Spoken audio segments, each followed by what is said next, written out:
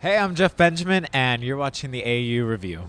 Let's have a look at this year, 2014. In your opinion, what's been a highlight in terms of the K-pop you've been covering this year? Who has impressed you?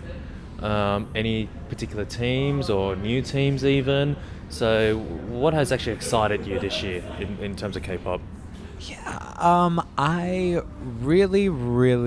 well, first and foremost, it was just so exciting to see this year already. The year's not even really that close to being done, but already we've had the most K-pop albums on Billboard, the Billboard 200 chart, that the albums chart. It's been 21 and Girls' Generation and Taeyang, XOK, and yeah, it's been so, which is so cool and just exciting, and they're charting better and better, so that's so cool. And why do you think that is the case? What do I think fans are just, I mean, it's, you look at KCON, KCON's numbers just doubled themselves from last year.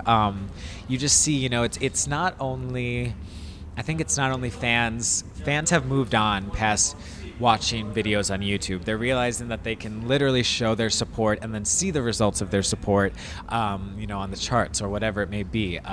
And that can only help them get closer to their idols and, make that connection that they're so adamant and so interested in having.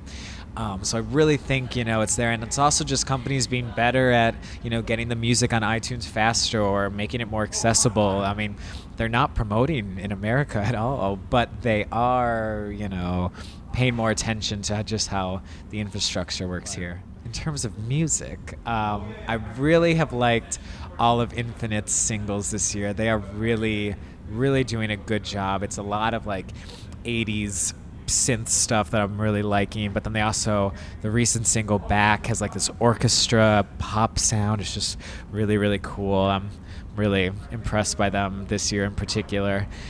Do you think that because of this SM influence in William, that's sort of been rubbing off on Infinite in a way? I have no idea. I mean, I don't necessarily, maybe I just don't really understand that whole Tie up. that whole business thing.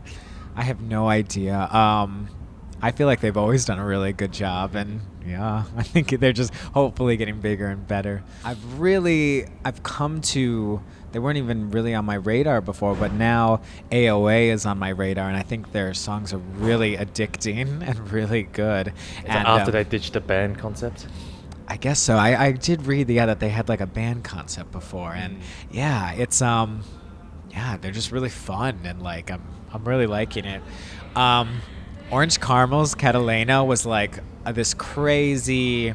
It's got like some like Indian disco thing sort of going on with like some Pakistani samples in there, in addition to like the like adorably bizarre music video. And I just think they like hit it out of the park with that. Like it shouldn't work, but it somehow did work, and it's kind of brilliant in that way. And you come back soon for what? Orange Caramel. There is a comeback. Oh So yeah. you hear that here first. It's in I- apparently it's I- in August. I'm excited. That's Yes. crazy. Yeah, I mean, I love After School. Yeah, and hopefully they'll be back soon too. So, and I really also really liked Yenny, or she's now going by Hotfelt or something. But I thought her EP, her new EP, was really good, and I'm really happy she's back. And some sounds that again maybe shouldn't work, like the dubstep thing. We've heard a lot of dubstep, but it really works. It's like very emotional. So there's been a lot of really good stuff this year, I think. Let's do a bit of crystal ball gazing. Yeah. What do you see in the future of K-pop? What do you see? What's your prediction, I guess, for the future of K-pop? Yeah, well, I mean, I think, as long as these artists and companies and whatever it is kind of keep, they pay attention to who, not just keeping it so localized and keeping it, wanting to expand and giving, a little bit here and there to the fans in America or South America or wherever it is, that's the thing that's going to keep them going. And, I think certain acts are really good at branching out and kind of making sure that they're giving a little to that country, to that country's fan base or whatever. And ideally, it'll just kind of keep, I think, hopefully we'll see more meaningful interactions. Again, it's so easy to just watch someone on YouTube and, let it go. But I think, when you're buying them on iTunes, or you are, coming out something like KCON, or you are setting up, local fan clubs or whatever it may be, that kind of stuff is really the things that those really meaningful interactions. And I think that's how it really gets ingrained in someone, is like when they fall, when they start making those interactions and they start making like significant progress and thinking about K-pop in a deeper way past I'm just gonna listen to the music or I'm just gonna watch the video.